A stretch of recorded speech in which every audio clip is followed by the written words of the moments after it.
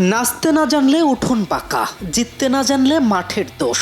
Pakistan coach mic হেসেনের হয়েছে সেই দশা। সর্বদাই মিরপুরের পিচের কড়া সমালোচনায় মগ্ন থাকেন এই কোচ। ম্যাচ হারের দায়টাও মিরপুরের কালো মাটিকেই দিয়ে দেন। যে উইকেটে পাকিস্তান মুখ থুবড়ে পড়েছে, সেই একই উইকেটে তামিমরা তাণ্ডব চালিয়েছে। এবার হেসেন কাকে দোষ দেবে? নাহিদ রানার জ্বলে ওঠার দিনে ব্যাটিং বোলিং দুই বিভাগেই পাকিস্তানকে রীতিমতো শাসন করে জিতেছে বাংলাদেশ।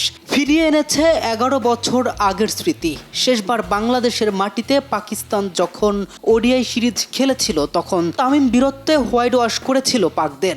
এবারে তার উত্তরসূরি জুনিয়র তামিম মাত্র 42 বলে 67 রানের এক দানবীয় ইনিংস খেলে দলের জয় নিশ্চিত করে তবেই মাঠ ছাড়েন। পাকিস্তান দলের অন্যতম অসহায় ব্যক্তি বোধহয় পাক কোচ নিজে। কিছুদিন আগেই টি-20 সিরিজে বাংলাদেশের বিপক্ষে হেরে পিচের দোষ দিয়েছিলেন পাক কোচ মাইক হেসেন, জানিয়ে প্রতিক্রিয়াও জানিয়েছিল বাংলাদেশ ক্রিকেট বোর্ড। তবে এই ম্যাচে মাত্র 114 রানে গুটিয়ে যাওয়ার পরে পিচের দোষ দেওয়ার অপশন বলা চলে বন্ধ করে দিয়েছে বাংলাদেশি ব্যাটারেরা।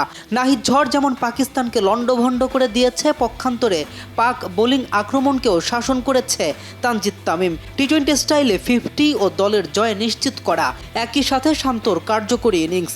বাংলাদেশি ব্যাটারদের তেমন কোনো চ্যালেঞ্জ ছুড়ে দিতে পারেনি শাহিন আফ্রিদি, আবরাররা। ফলে হেসে খেলে বাংলাদেশের জয়। এই জয়টা অবশ্য পেতেই হতো বাংলাদেশের, কেননা দীর্ঘদিন পরে আন্তর্জাতিক ক্রিকেটে ফেরা।